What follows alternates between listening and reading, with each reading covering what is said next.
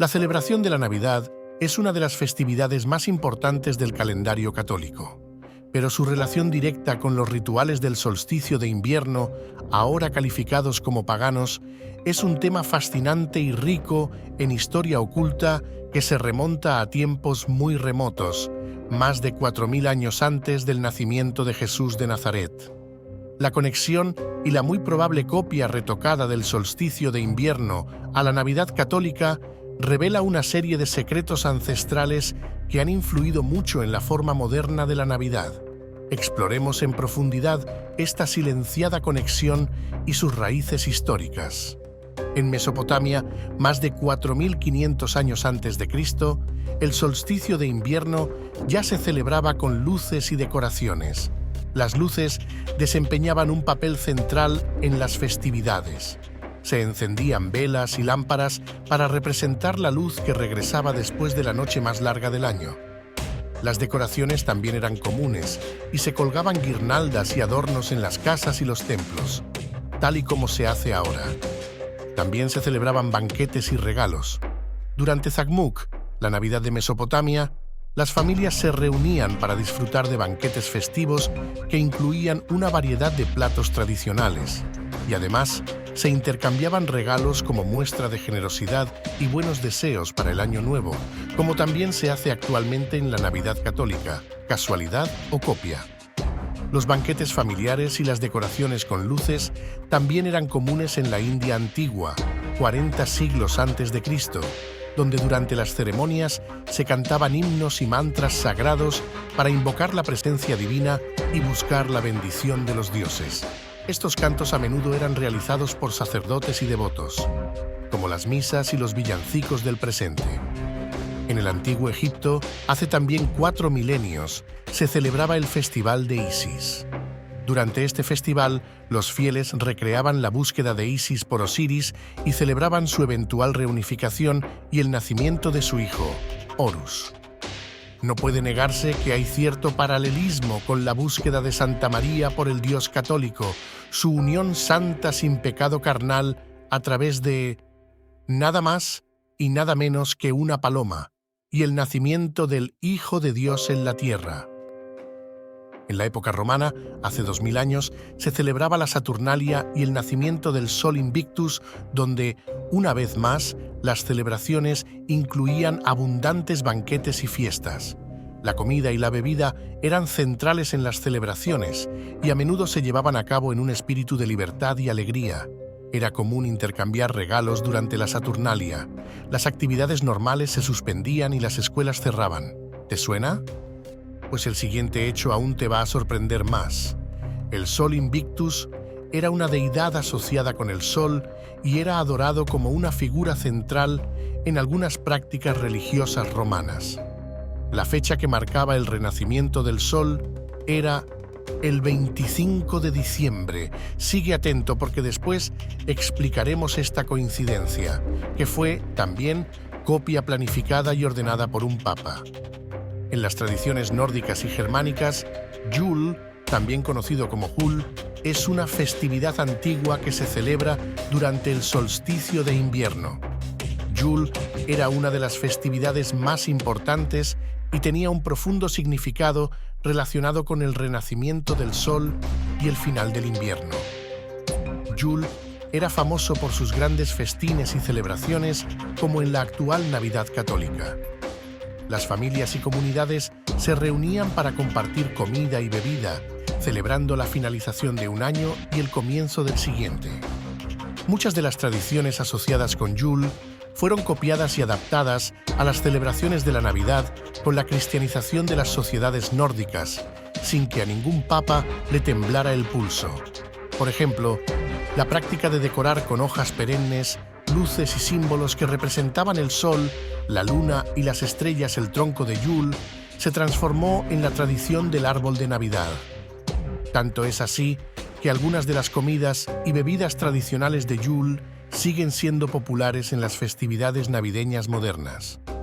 En la cultura celta, algo anterior a la romana, se celebraban también Yule y el renacimiento del sol, heredados de las tradiciones nórdicas.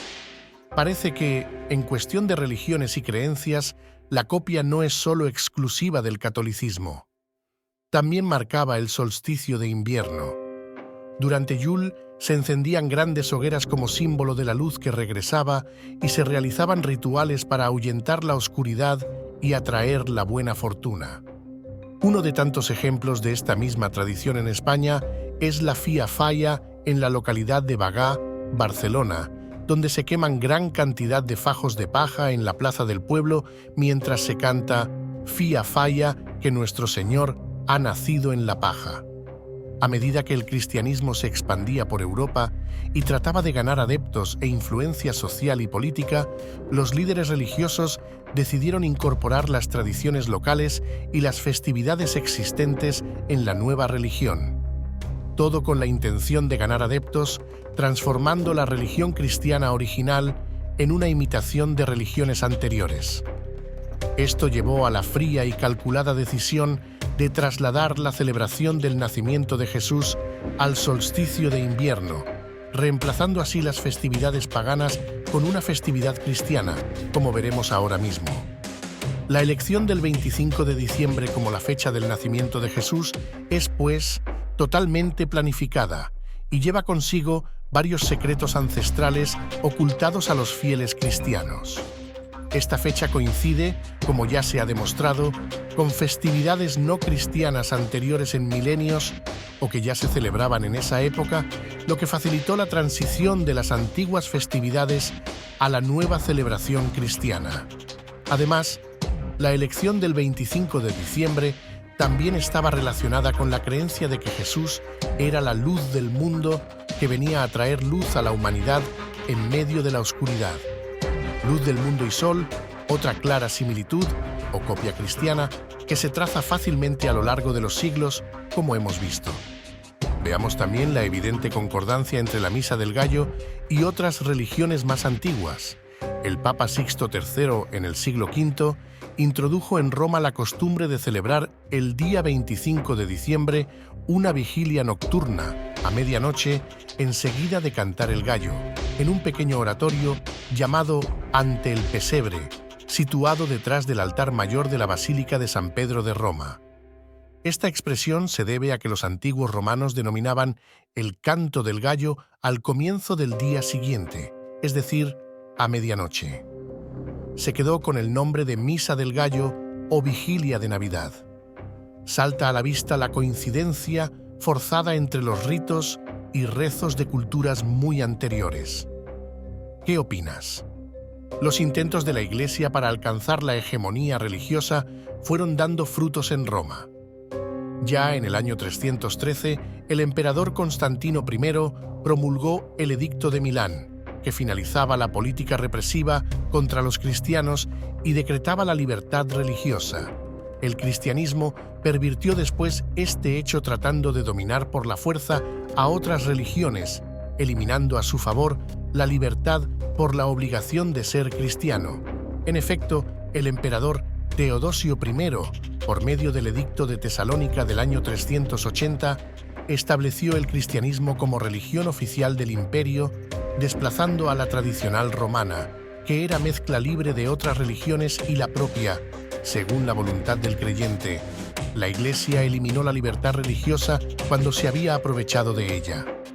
La Iglesia, por entonces aún cristiana, luego católica, buscaba arraigarse en una sociedad a caballo entre otras religiones, tanto de quienes adoraban a los dioses romanos como otros cultos aún libres.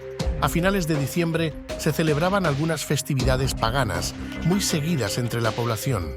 Para incorporar esta popularidad al rito cristiano, en el año 354, el Papa Liberio decretó el nacimiento de Jesús el día 25 de diciembre. Además, lo hizo sin ninguna razón que se basase en el origen del cristianismo, como vas a comprobar ahora mismo. La cuestión sobre el nacimiento de Jesús, Hijo de Dios según el cristianismo, no se abordó al principio de esta religión. Atención ahora, las fuentes cristianas no mencionan la fecha. Según los evangelios de Lucas y Mateo, el nacimiento de Jesús se relaciona con dos hechos históricos probados. Comprobadlo a continuación. Primero, el reinado de Herodes, que duró del año 40 al año 4 a.C. Segundo, cuando el gobernador romano de Siria, Quirino, ordenó un censo en el año 6 a.C. Sin embargo, la Biblia menciona que Jesús murió a los 33 años, cuando Poncio Pilatos era prefecto de Judea, del año 26 al 36 después de Cristo, lo que situaría el nacimiento entre el año 7 antes de Cristo y el 3 después de Cristo. Así pues, la Iglesia cristiana suprime el dato del censo de Quirino y el fin del reinado de Herodes, quien murió en el año 4 antes de Cristo. Así pues, como Jesús nació siendo rey Herodes, debió nacer en torno al año 6 antes de Cristo. Este dato contradice la fecha asumida histórica e internacionalmente para el día y año del nacimiento de Jesús. La trampa obedece al monje cristiano Dionisio el Exiguo, a quien en el siglo VI se le encargó calcular la fecha de Pascua. Sin embargo, en lugar de emplear como referencia el reinado del emperador Diocleciano, conocido por sus persecuciones contra los cristianos, o la fundación de Roma, propuso un sistema de su invención. De acuerdo con los cálculos preconcebidos de Dionisio, Jesús nació el 25 de diciembre del año 753 desde la fundación de Roma, con lo que el año siguiente debía ser el 1 después de Cristo. Así nacía el Anno Domini después de Cristo, que se usa en la actualidad. ¿Interés de coincidencia y sustitución de celebraciones? La fecha no se ajustaba con el reinado de Herodes, pero la Iglesia adoptó de forma interesada el nuevo sistema de datación que se expandiría a lo largo del mundo occidental. Concluimos, pues, que la celebración de la Navidad en la tradición católica sigue un fenómeno histórico y cultural conocido como sincretismo. Este proceso implica la fusión de diferentes creencias, prácticas y rituales orquestado por el aparato de la Iglesia Católica para conseguir más fieles y más poder. En el caso de la Navidad se ha demostrado en este vídeo la gran cantidad de imitaciones, directas o adaptadas, que la Iglesia Católica ha calcado de celebraciones paganas anteriores. Como ya se ha visto, la adopción de símbolos como el árbol de Navidad, que tiene sus raíces en las tradiciones germánicas y escandinavas de Yule, y el uso de la luz y el fuego para simbolizar la esperanza y la vida, son ejemplos de cómo la Iglesia Católica incorporó y reinterpretó elementos culturales preexistentes para celebrar su propia narrativa teológica. Esta amalgama de tradiciones imitadas refleja no solo un proceso histórico de adaptación y absorción cultural, sino también una estrategia planificada de evangelización a la fuerza para hacer que el cristianismo fuera religión obligatoria sin libertad de elección. Así, la Navidad católica es una forma de plagio y apropiación de otras religiones. ¿Dónde queda, pues, la libertad religiosa? En el estómago del aparato de la Iglesia oficial. Y ahora es tu turno. ¿Qué opinas sobre este tema? Comparte tus pensamientos. Deja tu comentario aquí, sin dudarlo. Sea a favor o en contra, en este tu canal se respeta tu libertad, tanto de religión como de expresión. Únete a la conversación y sé parte de la búsqueda de la verdad de la Navidad perdida en la historia. Un fuerte abrazo navideño para todas y todos. Y feliz Año Nuevo, tema que también da para otro vídeo de misterios históricos. Si quieres que hablemos de pruebas históricas sobre las muchas y distintas celebraciones de inicio de año, no dudes en escribirlo en los comentarios. Saludos y gracias por ver este contenido. Si te ha gustado, recuerda darnos un like, suscribirte y activar la campanita.